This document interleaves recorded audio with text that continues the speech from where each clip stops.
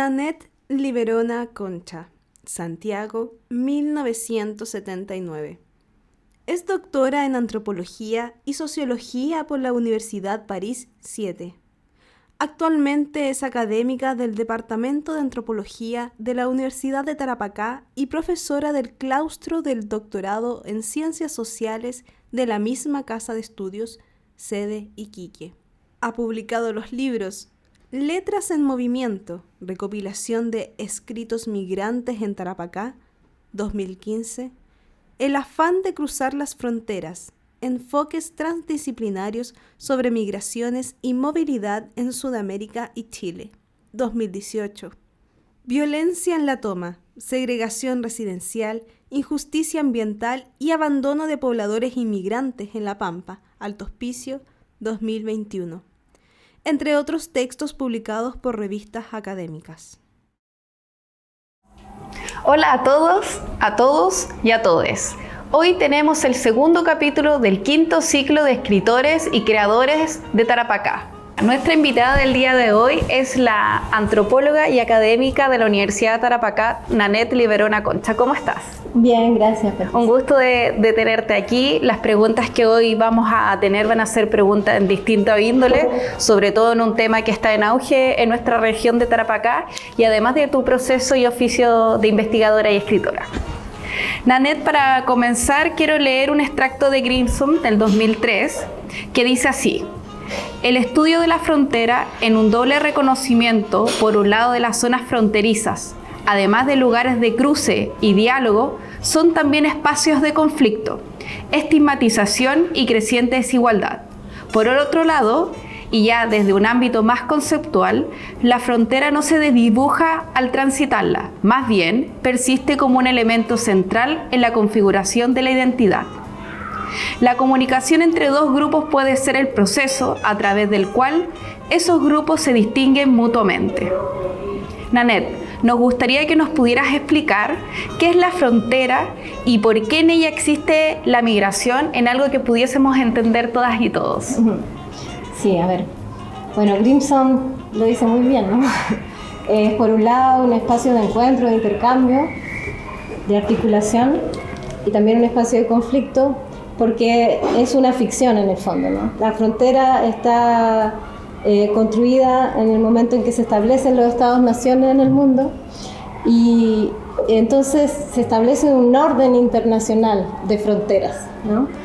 Que divide la tierra, ¿cierto? Y divide los espacios o dibuja en un mapa, por así decirlo, compartimentos separados unos de otros, dividiendo espacios sociales que muchas veces, donde antes, ¿cierto?, había interacción y pasa una raya, pasa una barrera por encima y construye un muro, una barrera, ¿cierto?, artificial, ¿no?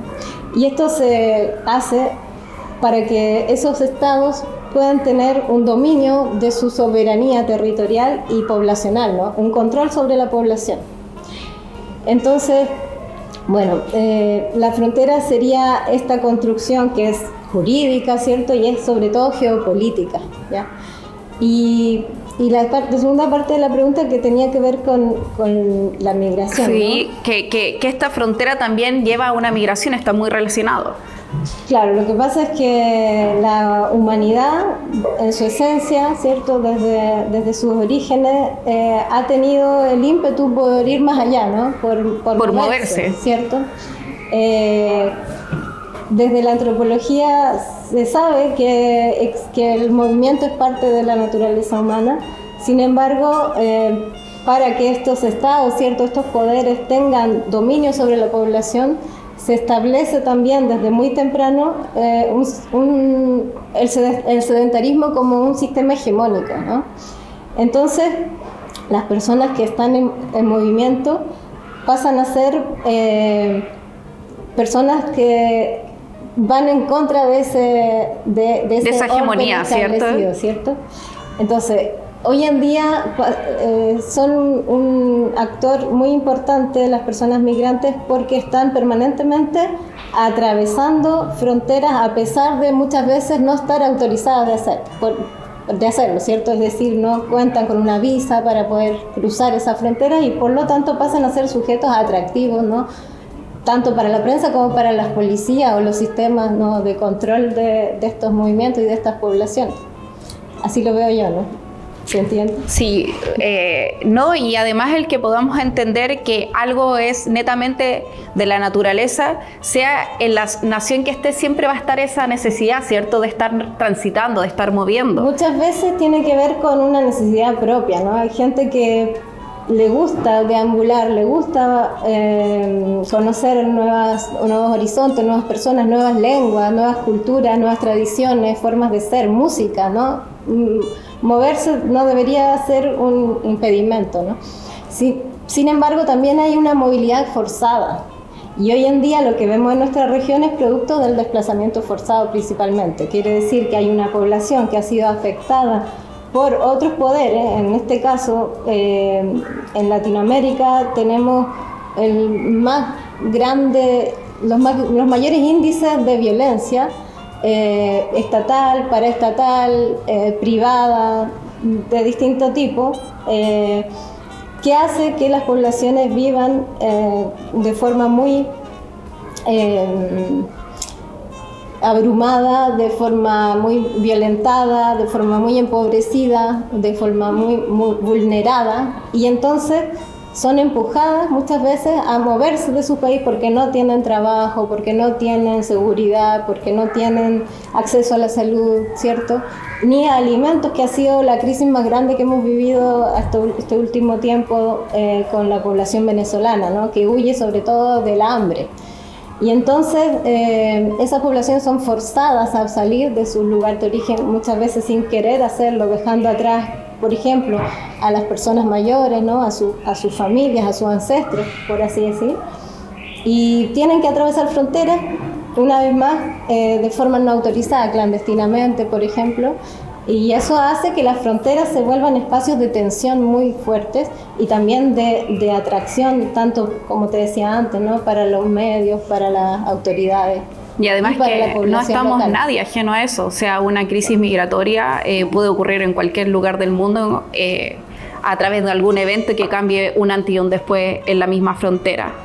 Nanette, desde tu experiencia en temas fronteras migratorias en Tarapacá, tanto como en lo académico y en lo territorial que ha sido en tu estudio, has estado donde las papas queman, como se dice, ¿cierto? ¿Por qué consideras que ha sido un conflicto tan violento y tan discriminatorio este proceso de migración?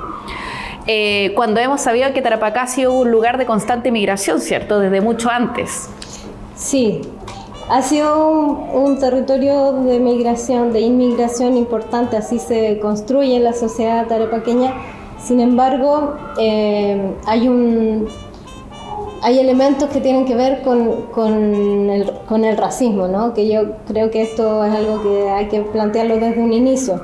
La sociedad chilena se forja y forja su identidad nacional en la construcción que se hace desde la colonización, ¿no?, desde el momento en que se establecen jerarquías sociales entre las poblaciones. Entonces, desde ese momento, las personas europeas, ¿cierto?, el ideal blanco pasa a ser la categoría de personas que está en lo más alto de las pirámides y las más por así decir, admiradas, se quiere ser como las personas europeas, y entonces la identidad nacional se autoconvence de que se asocia a lo europeo, en distinción, ¿cierto?, a cambio de las poblaciones originarias de acá, ¿cierto?, y sobre todo de muchos de los países vecinos, ¿cierto?, donde hay una gran población, sobre todo acá en el norte, grandes proporciones de población de origen indígena que contrastan con ese ideal blanco europeo y por tanto están más abajo de la escala social. Y por último están las poblaciones afro, ¿cierto?, que están presentes en el continente producto de la esclavitud, ¿no?, de la trata de esclavos, y cómo eso hace que esta población pase a ser a ocupar el escaño más bajo de esa pirámide social. Entonces, partiendo por esa base, podemos decir que hoy en día siguen estando presentes esos mismos cánones, ¿no?, de jerarquización de las poblaciones, Y el sistema estatal va constantemente con sus políticas públicas, con sus políticas focalizadas de migración también en relación a políticas de cultura, políticas de educación, políticas de salud, está siempre separando y diferenciando a las poblaciones, diciendo estos son nacionales, estos son extranjeros, estos tienen estos derechos y un poquito menos, ¿cierto? Y eso se traspasa a otros espacios que son más simbólicos también, ¿no? Por ejemplo, al interior de un hogar, cuando se contrata a una persona para hacer las labores domésticas, ¿cierto? Para ejercer la labor de cuidado, también es algo que también viene desde antes, ¿no? Han sido ocupados por estas poblaciones más racializadas, ¿no? Poblaciones indígenas, poblaciones afro, y que son miradas en menos en muchas veces, ¿no? También eso está muy presente y en distintos sectores de la sociedad. Entonces, la pregunta era ¿por qué una crisis, ¿cierto? ¿Por qué lo vemos como un problema? Además de eso, que está súper presente en el momento de la crisis, cuando se plantea crisis como a nivel comunicacional, se asocia no solamente por este imaginario que está permanente en nuestra construcción de identidad, que está muy instalado desde el sistema educativo, desde que nos meten que tenemos que celebrar el 21 de mayo, ¿cierto? Desde que nos hacen celebrar las fiestas patrias como si fuera enardeciendo, ¿cierto? Un ideal nacional muy fuerte. Está también el otro elemento que tiene que ver con cómo las políticas públicas, las políticas migratorias, utilizan a la población migrante para generar una persona, un enemigo de la nación, ¿no? No solamente es un otro que está alterizado, o sea, considerado como un otro, pero también infantilizado muchas veces o deshumanizado también. Nanette, disculpa que te interrumpa, esto responde a que si queremos mantener un país, una patria heroica, ¿cierto? Tenemos que tener siempre un enemigo constante. Claro, esa es la idea. Entonces tenemos que tener siempre a alguien que sea contrario a lo que nosotros queremos mantener como orden, como patria, sí, como nación. Sí, y además de un enemigo, una persona que consideremos inferior, ¿no? Eso es como importante. La búsqueda o el afán de superioridad, el ideal de superioridad hace que tengamos que encontrar ese otro que es inferior y a quien podemos también maltratar o podemos también esclavizar, ¿no? Como ha sido en otros contextos históricos, pero que hoy en día lo vemos también en la explotación laboral o en el auge de la trata, que también está muy presente en el fenómeno migratorio. Entonces, ¿qué pasa con las políticas migratorias? Que eso era lo otro que te quería decir. Se utiliza mucho desde la política electoral, ¿no? En general, hay tanto derechas como izquierdas, depende del momento en que esté, depende de quién sea oposición, quién sea gobierno. Muchas veces se utiliza a la población migrante para decir que son los que causan los problemas sociales, ¿no? Es porque están los migrantes que no tenemos tan buena salud, ¿no? Porque nos quitan los recursos. Es porque llegaron muchos niños migrantes que se acabó o que el cupo en la escuela. El cupo en la escuela, ¿cierto? Es porque está la población migrante en la calle, visible, que hay más delincuencia. Entonces, claro, esto es muy fácil, ¿no? Es un truco que se ha ocupado en muchos países, no es solo en Chile, está muy estudiado cómo el racismo en ese sentido va a jugar en contra de la población migrante para ensalzar, ¿no? La diferencia entre lo nacional y lo extranjero, para generar una oposición, una dicotomía. Claro, como presentarse un mesías, una figura que viene a salvarnos de esto que mencionaste.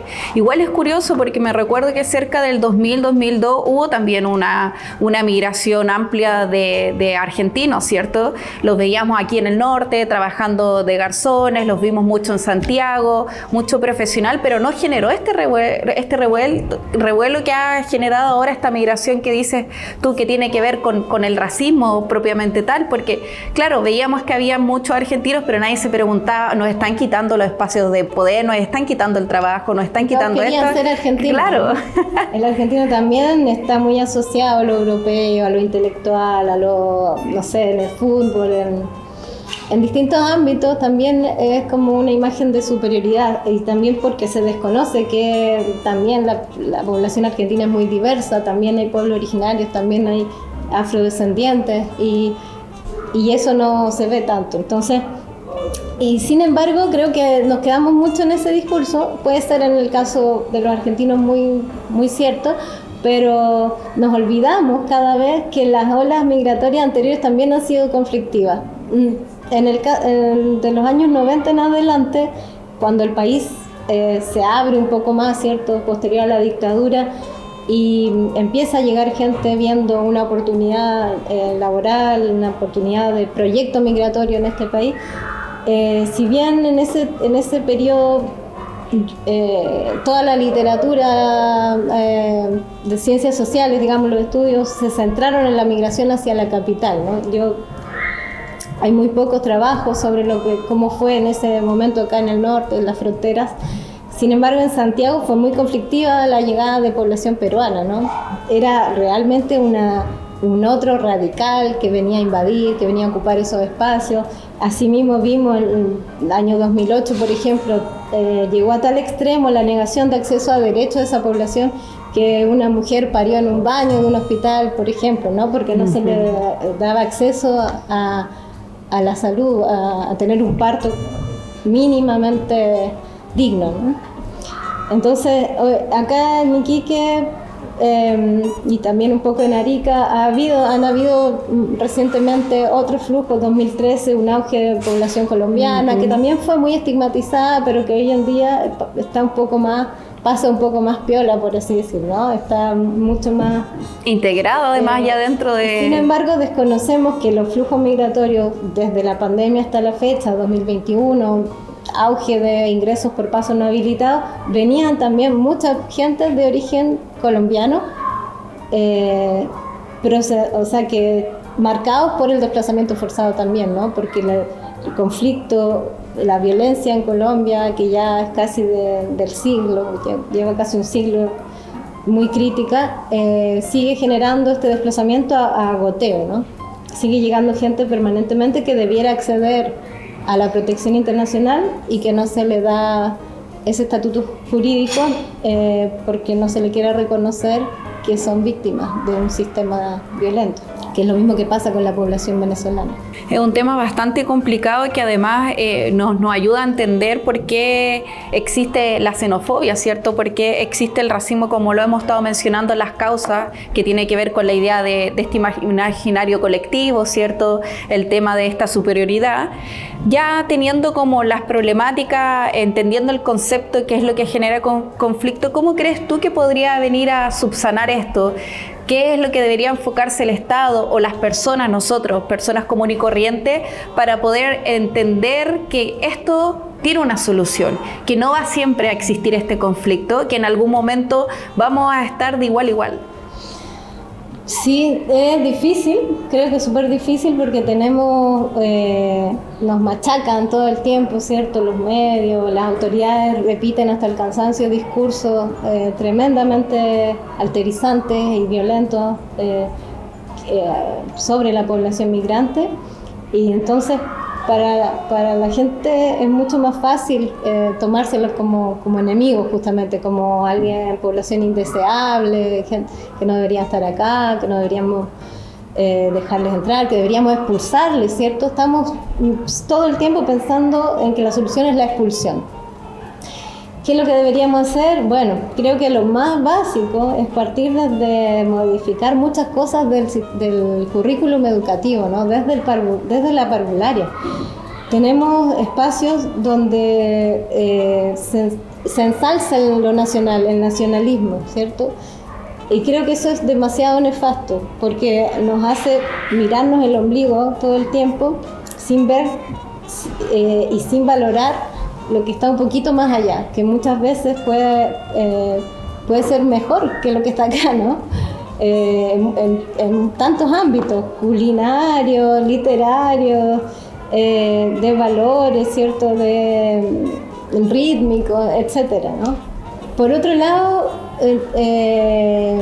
creo que también las políticas culturales, algo que está súper al debe con la población, con el fenómeno migratorio en general, ¿no?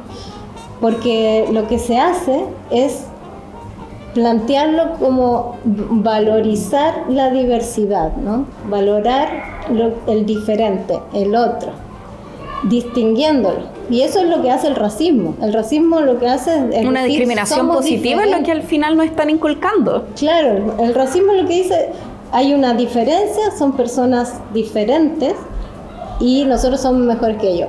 Y ya que son inferiores, podemos categorizarlos, podemos caracterizarlos como queramos, podemos tratarlos como queramos, etc. En el caso de las políticas culturales, de interculturalidad que se les hace llamar, ¿no? Lo que se hace es distinguirlos como diferentes, en vez de pensar que de incluirlo, ¿no? Y en vez de ensalzar esa diferencia, sería lo importante es como considerarlo como un igual, ¿no? Claro, hay cosas que vale la pena destacar, pero creo que en este momento lo que hay que tratar de apuntar es darse cuenta que somos todos iguales, ¿no? Que somos personas, que tenemos las mismas necesidades, que tenemos las mismas capacidades, que podemos también hacer, compartir, complementarnos, ¿no? Compartir cosas que unos no tenemos y otros sí. Entonces, más que decir eso, que resaltar esa diferencia, lo que habría que hacer es darse cuenta del potencial que tenemos en común, ¿no? De cómo hacer cosas en común. Y sobre todo, también otro aspecto importante que creo que desde la educación es algo que hay que trabajar mucho más. Bueno, o sea, pensando en el colegio, ¿no? Yo tengo una hija de 11 años y llevo años rabiando contra los libros de historia, ¿no? Que cómo te cuentan la historia, o sea, de partida de eso, ¿no? El encuentro de dos mundos, ¿qué significa eso? Hay una colonización terriblemente violenta que genera estas desigualdades estructurales desde partida, ¿no? Hay un sistema político y económico que hoy en día está totalmente globalizado, que es el capitalismo, y hoy en día además es neoliberal, y eso hace que haya un multiculturalismo neoliberal muy instalado en las políticas públicas en todas las áreas, ¿no? Entonces es un tema como muy estructural, pero claro, de lo cotidiano que podemos ir pensando en que la solidaridad no sea solo en la Teletón, que la solidaridad no sea solo en momentos de crisis, ¿cierto? Claro, hubo momentos muy críticos durante la pandemia cuando llegaba gente ingresando por paso no habilitado, que así como generó tanta rabia antimigrante, tanta violencia xenófoba, también generó mucha solidaridad, ¿no? Mucha gente que desde su corazón iba y compartía una comida, daba no sé, abrigo, etcétera, pero eso se quedó en ese momento de crisis, ¿no? Y otros se fueron para su casa a hacer sus cosas, ver su gente. ¿Qué pasa hoy en día, no? ¿Quién va a la toma de La Mula, por ejemplo, o Alto Molle, que es el campamento más grande que tiene Chile hoy en día, donde habitan mayor cantidad de población migrante, que está en condiciones infrahumanas viviendo, ¿no? Sin alcantarillado, sin agua potable, sin electricidad? ¿Cómo podemos pensarnos un país avanzado, por así decirlo? ¿Cómo podemos pensarnos así si hay miles, 30.000, 40.000 familias en esas condiciones de vida, de habitabilidad, ¿no? Sin alcanzar los mínimos de la vivienda adecuada, que es lo mínimo para poder vivir bien? ¿Cómo esos niños y niñas cómo van a crecer en un entorno así? ¿Y por qué después nos quejamos de la violencia, ¿no? O de la rebelión que pueden tener los adolescentes, las adolescentes al momento de que toman conciencia de que son ciudadanos de segunda, que siempre lo han sido porque sus padres sí lo fueron cuando llegaron, o niños y niñas que han nacido en Chile y que tienen ese estigma de ser migrantes, ¿no? Porque sus padres fueron migrantes, entonces siguen siendo migrantes toda la vida y tal vez hasta sus hijos, los nietos de esos migrantes van a seguir siendo migrantes, van a seguir siendo tratados como un otro, ¿no? Que tú eres de otra cultura, no te entendemos, en lugar de incluir. Uh-huh. Muchas gracias, Nanette. Te quería preguntar respecto a estas cosas más positivas, ¿cierto? Que tienen que ver con integrarlos aún igual, entender que son personas igual que nosotros, que creo que esa está la clave del entendimiento, de mirar de igual a igual. ¿Crees y consideras que la multiculturalidad es positiva para el desarrollo del país, que las fronteras enriquecen la cultura de un país, en este caso lo que estamos viviendo hoy? Si sacamos los aspectos negativos, ¿cierto? Esta estigmatización, si sacamos lo que nos quieren hacer creer y vemos lo más objetivo de esto, ¿hay una riqueza? Claro, en la diversidad está la riqueza, ¿no? Yo creo que el problema es cómo se usa, cómo se saca partido político y económico de esa riqueza, ¿no? El concepto de multiculturalidad está súper manoseado, y entonces por eso se habla del multiculturalismo neoliberal, uh-huh. Que en el fondo, claro, nos sirve valorar la gastronomía peruana, las danzas colombianas, no sé, existe la música del mundo, entonces todo eso está súper valorado porque se saca de la persona esas características que son folclorizantes finalmente, y no importa nada lo que vive esa persona, dónde vive, si puede ser un músico súper destacado, una bailarina preciosa, pero que vive con un piso de tierra, con un baño que es un pozo, etcétera, ¿no? O sea, no nos damos cuenta que esa persona sigue viviendo una explotación laboral que le hace tener los sueldos más bajos, que le hace vivir de forma precarizada, y a pesar de ser destacado en muchos aspectos, ¿no? Conozco mucha gente así, aquí en Iquique mismo, en Alto Hospicio, y entonces se valora, incluso se le invita a la inauguración de tal cosa, a la venida del presidente, pero se le discrimina en la universidad por ser negra, por ejemplo, y entonces es como un doble discurso, ¿no? Los aceptamos, nos gusta, es bonito, es como Benetton, ¿no? Benetton son puras caras diversas, de distintos colores, ropa amarilla, verde, azul, precioso, multicolor, pero las cárceles en Estados Unidos están llenas de negros, ¿no? Y él está pasando lo mismo acá. ¿Quiénes son los delincuentes? Los migrantes. No los políticos que se roban no sé qué, no las bandas que están instaladas hace muchos más años, ¿cierto? No sé, creo que en Punta Peuco, ¿quién decía hace poco? En Punta Peuco el 95% son inocentes, leí por ahí. Entonces, bueno, por un lado eso, un concepto más apropiado, el de interculturalidad, que también está manoseado, pero que por lo menos hay una lectura crítica de la interculturalidad que implica pensar que todos podemos tener un diálogo horizontal. Esa es la interculturalidad, ¿no? Como la base muy simple de decirlo. Se integran las culturas.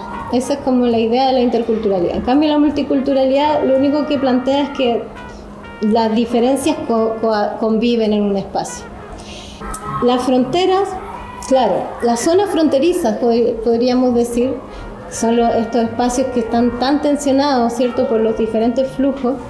Sí son espacios particularmente especiales por esa posibilidad que tenemos de mantenernos en relación con otros, con una presencia mucho más normal, más común, por así decirlo, ¿no?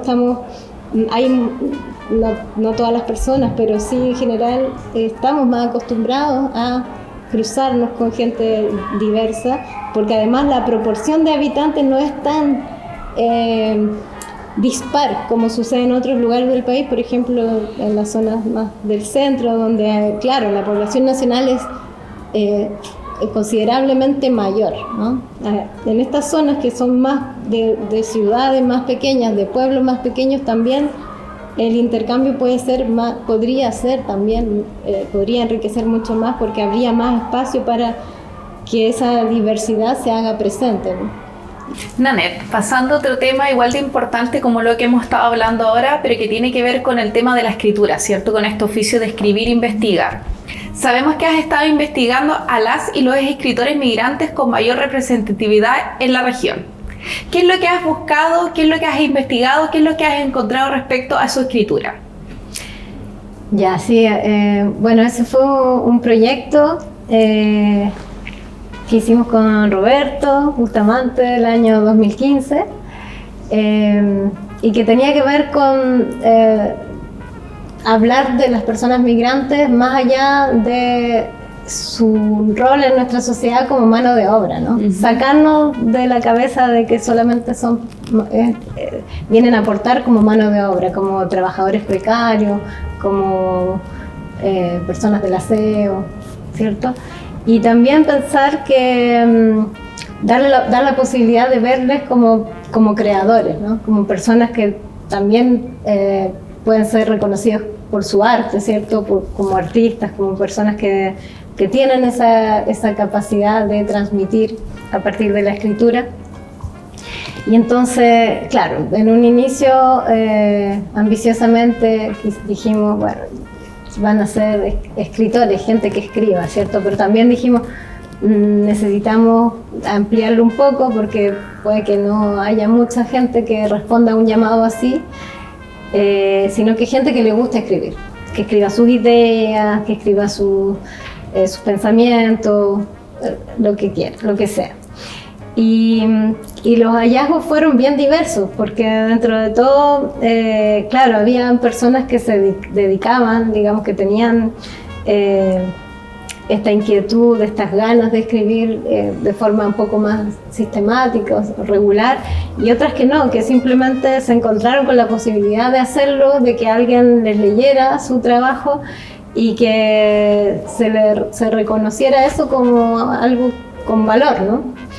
Entonces, los hallazgos fueron diversos. Habían personas que lograron hacer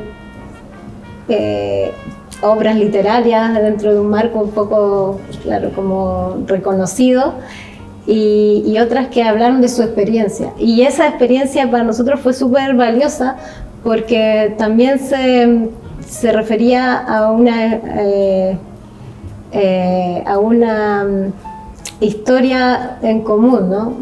Que tiene que ver con esta región transfronteriza, ¿no? Muchos de los textos que recopilamos, de los escritos que recopilamos, tenían que ver con esa experiencia transfronteriza de complementariedad que se da entre los territorios, ¿no? Muy fuerte entre por ejemplo, el sur de Perú y el norte de Chile, ¿no? Esta relación tacnarica también que es tan fuerte, tan histórica también, está tan presente en el cotidiano de las poblaciones de hasta acá, ¿no? De los habitantes de Iquique. Pero también está muy fuerte las asimetrías sociales y económicas que existen al cruzar la frontera, ¿no? En el caso de población boliviana particularmente, recopilamos escritos de personas que habían sido condenadas, estaban en la cárcel por ser burreros, ¿no? Por participar como el conchito, el último eslabón de la cadena del tráfico de drogas, ¿no? Siempre cae el último, ¿no? ¿Cierto? El que tiene el menos peso. Y pagan fuerte, ¿no? Con la privación de libertad, que es nuestro más preciado valor, ¿no? La libertad. Entonces, nos tocó ver eso, ¿no? El peso de la privatización de las cárceles también estuvo presente, ¿no? De cómo eso hace que personas que tenían que estar cierto periodo encerrados finalmente nunca se les terminaba la condena, porque alimentaba el sistema penitenciario, ¿no? Al tenerles más tiempo. Entonces, una escritura también mucho más ingenua en otros casos, que nos relata una experiencia de ser migrante en Chile, o de una mujer que nos cuenta cómo peleó en su país, ¿no? en Ecuador, para derrocar un gobierno. Otro relato mucho más íntimo y también más simple, ¿no? más limpio también, sobre una mata de tomate, cosas así muy diversas, ¿no? Que pudimos recopilar, pero que nos cuentan también dan cuenta de que la migración es algo muy cotidiano, que está muy presente, que como decíamos antes, ¿no? Que cualquiera podría ser migrante en algún momento de su vida, y sobre todo cuando no hay otra oportunidad para llevar la platita a la casa y se te da una oportunidad al cruzar la frontera, ¿no? Y hablando sobre esto, estos hallazgos que descubrieron respecto a la escritura, que tienen que ver con el tema de la migración, ¿cierto? Que es una migración además cultural, también tiene que ver con un territorio, responde al tipo de territorio, a lo hostil que puede llegar a ser. Nadet, sobre la relación entre tu escritura y la investigación, ¿cómo podríamos triangularlo con el territorio? ¿Por qué investigar lo que investigas? ¿Cuánto influye el territorio, esta frontera? Sí. A ver, yo investigo las migraciones porque fui migrante, principalmente por eso. Eso fue lo que me motivó a seguir pensando en esta experiencia que para mí significó ser extranjera en otro país, ser tratada como otra, como una que no es parte de la mayoría, ser también estigmatizada y tratada mal por la policía en algún momento. Entonces, ¿de qué lugar estamos hablando para que los que no conocen? Viví y estudié en Francia. La ventaja es que al ser estudiante tenía un estatus un poquito mejor que otras poblaciones, pero fue en Francia. Y cuando volví a Chile, la posibilidad que se me abrió de venir a trabajar aquí al norte, a Iquique, fue muy inesperada. No tenía ningún vínculo con este territorio. Yo nací en Santiago, viví 14 años afuera, entonces volví a Chile y tenía la necesidad de trabajar, tenía una hija pequeña. Y mi tema de especialidad era las relaciones interétnicas y las migraciones. Entonces, estando acá, claro, era un espacio propicio, ¿no? Porque una región, una de las regiones, sobre todo cuando llegué en 2013, donde la proporción de población migrante era una de las más importantes a nivel nacional en relación a la población nacional, ¿cierto? Entonces, fue perfecto. Luego de a poco me fui relacionando con el territorio desde la vida misma, ¿no? Desde empezar a conocer a sus habitantes, de empezar a viajar al interior, a la frontera misma, ¿no? Empezar a conocer gente también aymara, relacionarme con sus tierras, con su espiritualidad también. Todo eso fue súper significativo para decidir quedarme a vivir acá en la región. Y bueno, cómo eso se relaciona con la investigación y con la escritura. Rápidamente, mi forma de trabajar muy lógica era ponerme en contacto con población migrante, ¿cierto? Y proponerles hacer algo en conjunto. Y lo primero que hicimos fue, por ahí me conseguí el contacto de una dirigente ecuatoriana, que me presentó a una dirigente colombiana, y entre nosotras empezamos a estudiar el proyecto de ley migratoria que se estaba presentando el año 2015-2016. Y empezamos a hacer cosas juntas. Nos empezamos a dar cuenta que en Iquique no habían organizaciones de migrantes que reivindicaran los derechos de las personas migrantes en situación irregular, ¿no? Habían organizaciones que eran parte de las colonias que reivindicaban su especificidad cultural, ¿no?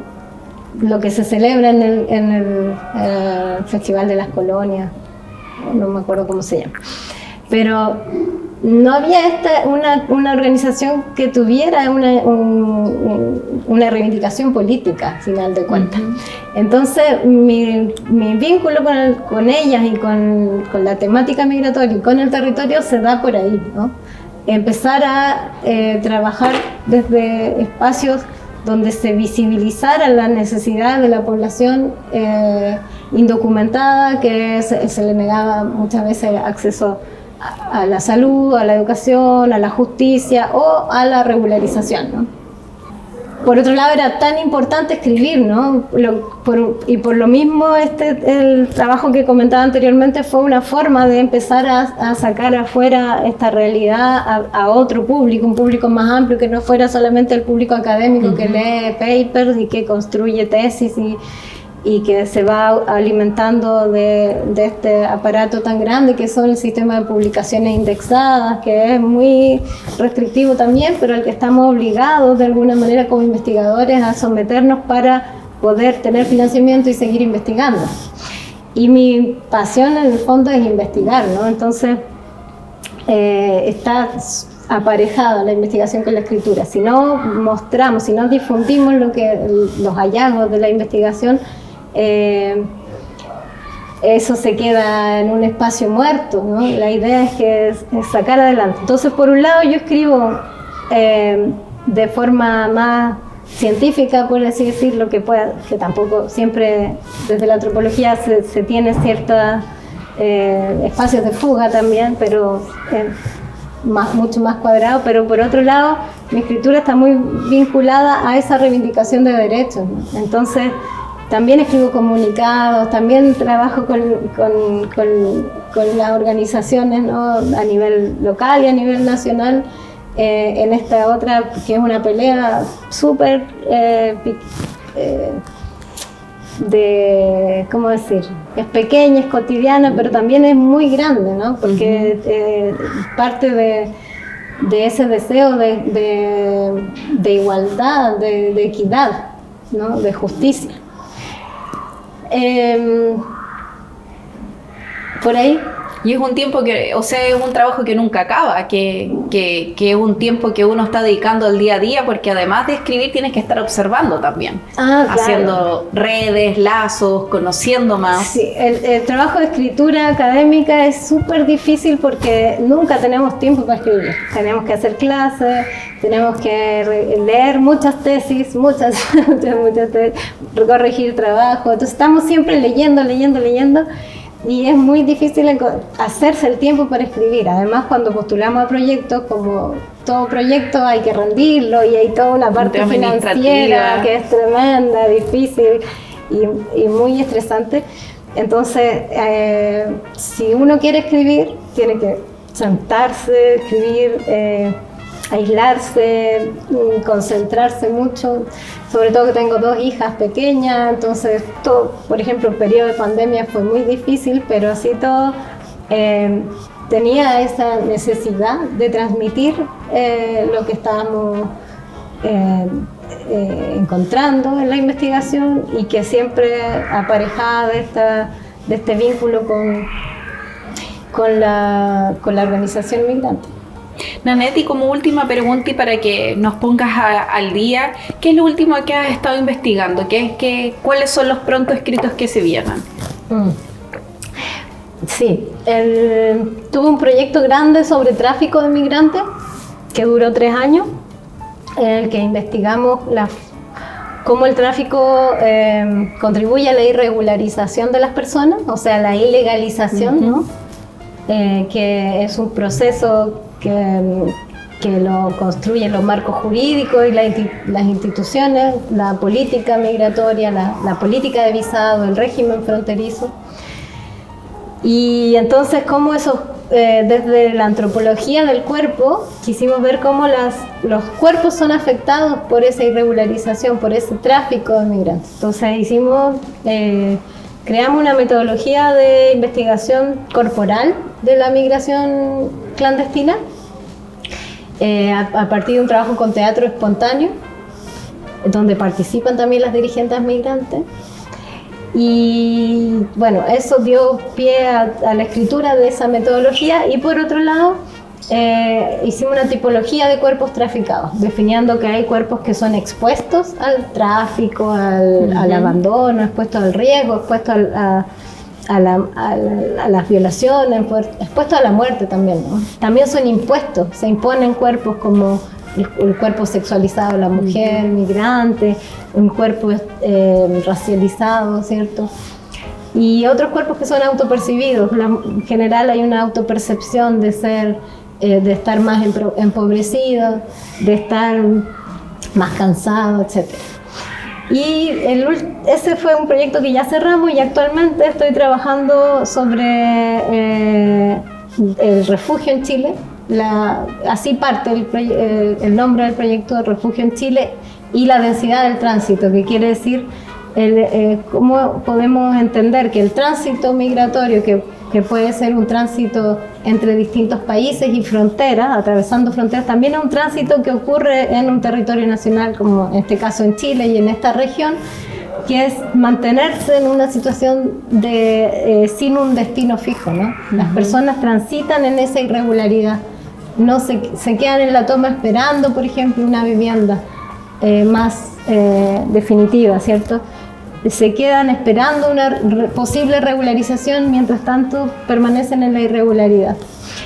Entonces, hablamos de la densidad porque son distintas dimensiones que atraviesan el tránsito. No es solamente una dimensión geográfica, espacial, sino también política, económica, emocional y corporal.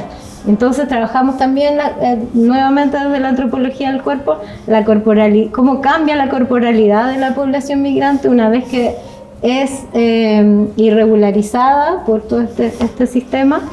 Y lo hemos trabajado sobre todo con población que se autodenomina caminantes, que vienen caminando desde muy lejos, ¿cierto? Y siguen caminando acá, viven en la calle generalmente, están en eso. Desde el 2021 hicimos una primera intervención con teatro aplicado esta vez para poder acercarnos a su experiencia y también observar su corporalidad.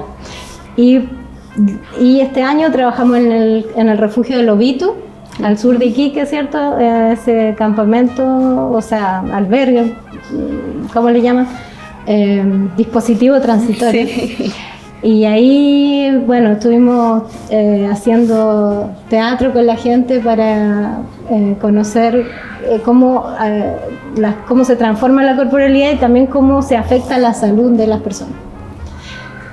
Y en eso hemos escrito algunas cosas respecto sobre todo, bueno, estamos escribiendo un libro sobre salud intercultural, ¿no? Como una mirada de la salud desde esa perspectiva, ¿no? Desde la antropología del cuerpo y la antropología médica crítica. Súper. Así que esperamos sacar muy pronto ese libro. Lo vamos a esperar para leer. Muchas gracias, Nanette, por haber estado en esta entrevista. Creo que las preguntas fueron con una respuesta muy enriquecedora. Vimos harto ámbito de lo que es el territorio, la escritura, la investigación y la migración. Así que muchas gracias. Ya, gracias a ti.